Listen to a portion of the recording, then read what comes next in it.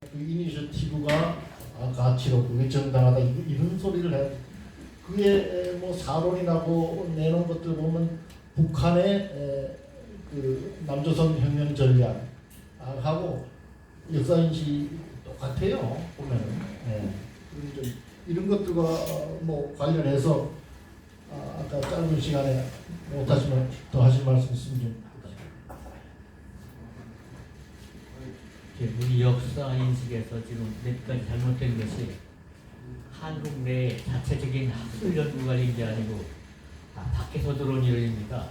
첫째가 브루스 카밍스의 그 수정주의 사관이 잘못된 것이고, 아까 전에 낭만적 민족주의 사관의 문제점을 얘기했고, 또 하나 사회고 난 다음에 존 테일러라고 그때 8군 사령관이었던 아들놈인데 대학생 하던 아이들이 와서 1년 동안 2박 4일 갔다가 그 미국 CIA가 준 자료를 가지고 이승만을 난도질하는 것. 그게 우리 역사책에 지금 해방 후의 기조는 존 테일러의 이승만 비방, 그리고 브루스 카밍스의 이론. 그래서 예컨대 브루스 카밍스의 이론에 따라서 역사 정리되다 보니까 교과서에 북한의 보천모 전투라고 나오는데 그건 조그만 파추 습격입니다. 그건 크게 쓰고, 이승만이 미국에서 외교 활동을 하고 해서 카이로 선언이 나오게 되고, 또 해방된 다음에도 하지가 왔다 갔다 하면서 자문하면 공산화될 위험해서 미국에 뛰어가가지고 미국에 아이디어를 주기 위해서 이제 한국에 건국하고 하는 그 과정, 이런 것이 다 책이 안 되고 있습니다. 그러니까 부끄럽게도 역사학이 지금 자기 노력에 의해서 역사를 정리하는 우리의 논리가 아니고, 아까 말한 존 테일러라는 미국의 대학 나온 아이였다고. 그러면 미국 CIA가 준 이승만 욕하는 걸 갖고 만든 책이 이승만 비방의 지금 원조가 돼서 지금도 그게 되고 있어서, 얼마 전에 테레비를 봤더니 어느 장관님이 그때 그 해방 직후에 위대한 분은 김구 선생이라고 그러는데, 김구 선생은 해방에 대한민국 건국을 방해했던 분이고, 또 북한에 가가지고 미군을 축출하라고 하면서 민족 통일대권 했는데, 그 사람이 돌아온 다음에 한국에 와 있던 미국 장개석에 비서했던 유어만이라는 외교관이 만나보니까 끄트머리 한 말씀, 이 사람이 곧 소련이 내려올 텐데 우리는 그 비교가 안 된다고.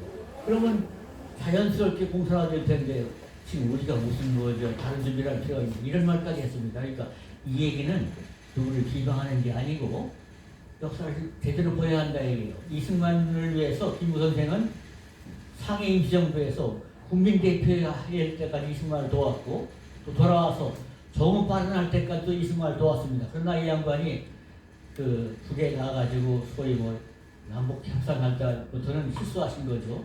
그럼 우리는 위대하신 도다에게도 이런 실수가 있었다. 역사를 바라보자. 그러면 해방 직후에 누가 어떻게 노력해서 건국에 있는 걸 알아야 할 텐데, 부끄럽게 닦아나온 것처럼 그 소위 낭만적 민족주의나 브루스 카밍스 수정주의, 또 존 테일러의 책, 이런 것들을 베껴먹는 겁니다 지금. 아까 잠깐 그 강마계 선생을 얘기했는데, 강마계 선생은 내가 잘 아는 분인데, 이 양반은 통일 사관이 첫째다. 분단 사관을 얘기하면서 결국은 분단 사관에 앞장섰던 것이 이승만이라고, 이승만을 비방하는 것이 오늘의 이제 역사를 형성하고 있는데, 우리가 객관적으로 역사를 정직하게 쓰는 그런 풍토가 좀 와야 할 것 같다고 보고, 중요한 것은 지금 한국사를 연구하는 학풍이 좀 빈약하니까 제가 보기에는 정치학, 국제학, 또 사회과학 이렇게 한국학계의 인재들이 다 모여가지고 현대사를 정리해야 할 것이라고 봅니다. 사실 외국의 역사책은 국사학자만이 하는 게 아닙니다. 거기에는 정치학 하는 분, 외교사 하는 분, 생물학 하는 분, 지리학 하는 분, 이런 분이 다 모여가지고 역사책을 만드는 건데, 우리는 너무 전형물이 돼가지고 그러다 보니까 그 브루스 카밍스의 이론이라는 것은 아주 쓰레기통에 들어갈 얘기인데 그걸 베껴먹고 있다는 것이 부끄러운 일이고, 이걸 빨리 극복하기 바랍니다. 고맙습니다. 예, 감사합니다. 저는 강만길 씨 같은 경우 역사학자로 보질 않아요, 사실은. 선전선동입니다. 북한의 그 혁명 전략과 아주 상당히 그 상통하는 그런 논지를 가진 선전선도 이분뿐만이 아니에요. 그래서 이 사람들 밑에서 학교를 다니는 사람들이 그렇게 국정원을 완전히 뒤집어 엎어가지고 하는 그런 좌익 그 지식인들이 그렇게 많이들 나오고 한 게 다 이유가 있는 거예요, 이 사람이. 많은 근현대사의 한국 그 연구자들이 사실은 엄밀한 의미에서 역사 연구자라고 보기 어렵습니다. 선동급이 대부분. 질문 하나. 네. 네. 아니 내가 질문 하나 하지. 네. 들어보실래요? 그 아까 권 박사가 북한은 같은 민족이 아니다 그랬는데 네. 북한은 이제 비강호 위원한테 묻는 얘기 들었습니다. 김일성 민족이라고 저희들이 그래서 이제 권순철 박사님 그 계속 빌려서 답을 그 하잖아요. 체제에서는 그러죠. 예. 뭐 저는 김일성 어떻게 민족은 생각해요? 아닙니다. 아, 뭐 저는 김일성 민족은 아닙니다. 거기에 소속될 생각이 전혀 없고 김일성 민족과 생명 공동체를 할 생각도 전혀 없고 뭐 그렇습니다. 네. 문재인은 하라고 그러세요. 저는 안 합니다. 네. 질문하실 거 있다고 했죠. 그래서 이제 좀 실제로 이게 학계에서 어떻게 다루어지고 있는지가 좀 궁금해지는 대목은 이겁니다. 그러는 분들이 좀 있지 않습니까? 그러니까 이제 뭐 이념을 떠나서 좌우 이념을 떠나서 이러면서 민족 앞세우면서 또 그러면서 뭐 그때 해방공간 당시에 좌우 합작 이야기를 하고 또 분단 통일 이러면서 어떻든 뭐 분단의 뭐 책임이 어쩌고저쩌고 이렇게 쭉 나가는데 만약에 그 논리를 그대로 이렇게 쭉 가지고 연장을 시켜 나가자면 이래 됐든 저래 됐든 그러니까 이제 이념의 문제를 떠나서 굳이 정치 공학적으로만 보자라면 일단 통일이 되기는 하지 않았습니까? 압록강까지 올라갔지 않습니까? 저 뭔고 하면은 중공권의 침입이 없었으면은 좌우의 이념을 떠나서 막 여기에 뭔고 하면은 니는 옳고 뭐 내가 옳고 너는 나쁘고 이런 참 다 떠나자. 저놈들의 논리 그대로 이제 돌려줘가지고 자 중공권의 침략이 없었으면 그걸로 끝 아니었나? 하는 걸 실제로 어떻게 다루고 있는지 이런 문제 제기를 어떻게 보면 좀 굉장히 이제 무지막지의 좀 무식한 질문이기도 하지만도 왜 이런 부분들을 아니 전혀 네. 네. 무식한 소리가 아니죠. 그거야말로 역사의 현실이라는 게 다 그런 거 아닙니까? 이거는 이 문제 서명 박사님께서 좀 받아주시죠.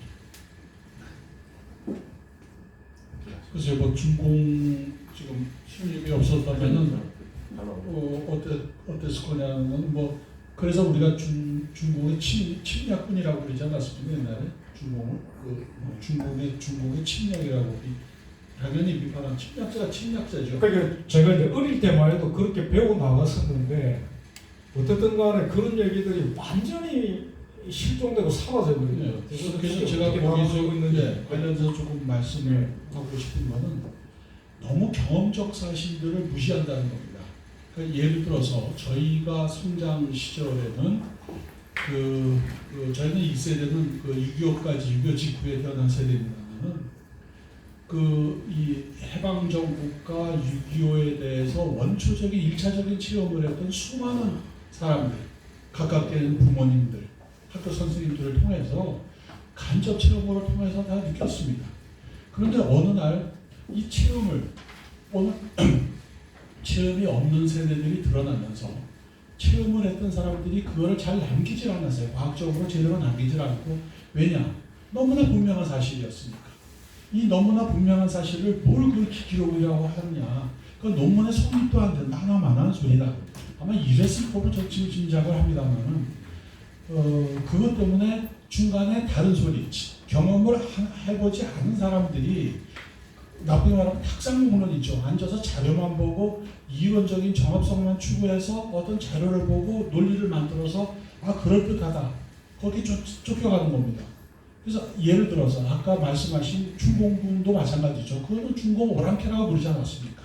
중공 오랑캐. 예. 그 우리 용어가 그런 오라 그 개념 자체가 우리를 침략해 들어와서 우리를 분단하게 만든 자들이다라는 그 개념인데 어느 날 슬금슬금 그 개념 자체가 다 없어져 버렸고 또 소련군은 저 해방군이고 미군은 점령군이다라고 얘기하면은 해방 이후의 경험을 보시라고. 월남 한 사람 대 월북 한 사람은 10대 1이 아니라 100대 1입니다. 그러면 많은 국민들이 바보라 돼가지고 아니 그 해방된 조국을 떠나서 다시 점령된 지역을 찾아왔겠습니까? 수백만이요. 저희 부모님도 내려온 사람입니다만 그 경험을 다 부정하는 겁니다.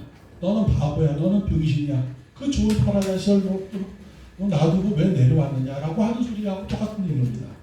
또 한 가지는 저희가 어렸을 적에 이걸 비교해봐야 돼요.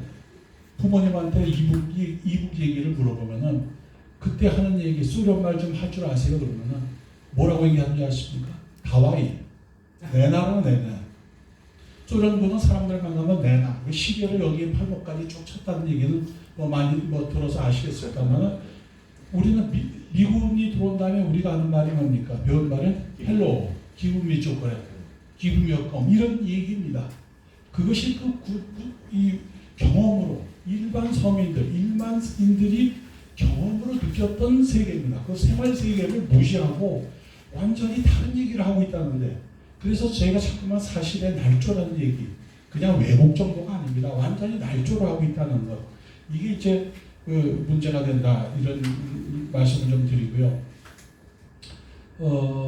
그 관련해서 아까 우리 박 주필님이 그 얘기를 많이 하셨습니다만 저는 그 밀수 단순하게 북한이 수출하고 우리가 수입해오는 것이 아니라 이건 완전히 사상에서 용어에서 밀수다.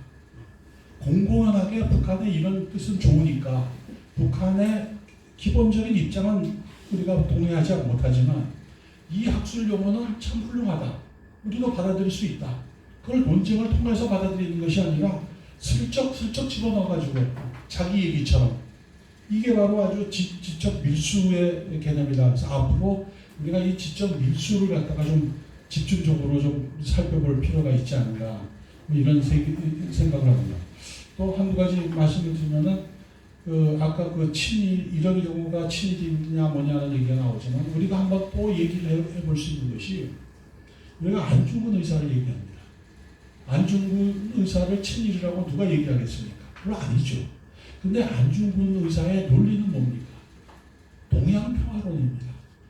동양평화론이라는 것은 한일 간의 민족 간의 싸움이 아니라 인종 간의 소위 백인종 대 황인종 대의 싸움이 오늘날의 핵심이다. 이 시대의 문제다. 그리고 그 동양의 챔피언은 일본이다. 라고 하는 일본 제국주의 논리가 담겨있는 그 논리입니다.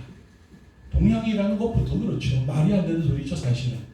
아니 세상의 문명이 유라시아 서쪽에 있는 서구 문명하고 그 다음에 소위 서양하고 동쪽에 있는 이 동아시아 문명 두 개만 있습니까? 숱한 세계의 문명이 있는데 서구 문명과 서구 문명을 또 뭐로 표현합니까? 서양으로 표현하죠. 서쪽의 바다. 일본의 동양이라는 말도 그렇죠. 동쪽의 바다, 서양 대 동쪽의 바다. 일본이 주인된 나라다. 그래서 만들어진 게 동양이라는 언어고 동양평화론입니다. 그런데 이거를 주장했던 사람이 그 동양평화론을 배신했다고 해서 이등박문은 죽여야 된다. 라고 해서 죽인 사람이 안중근입니다. 안중근은 위대한 우리가 말하면 독립운동 투사이지만 그 논리는 일본의 논리를 따른 사람입니다. 기본적으로. 근데 이 부분을 그래서 제가 이 안중근 의사를 매도하려는 것이 아니라 세상의 논리 이렇게 복잡하다는 겁니다. 이걸 우리가 사실대로 논리의 그 한계를 다 봐서 평가를 해야 되지 않겠는가 이런 말씀을 좀 드리고 싶습니다. 뭐 또 있겠지만 이 정도로 우선 말씀.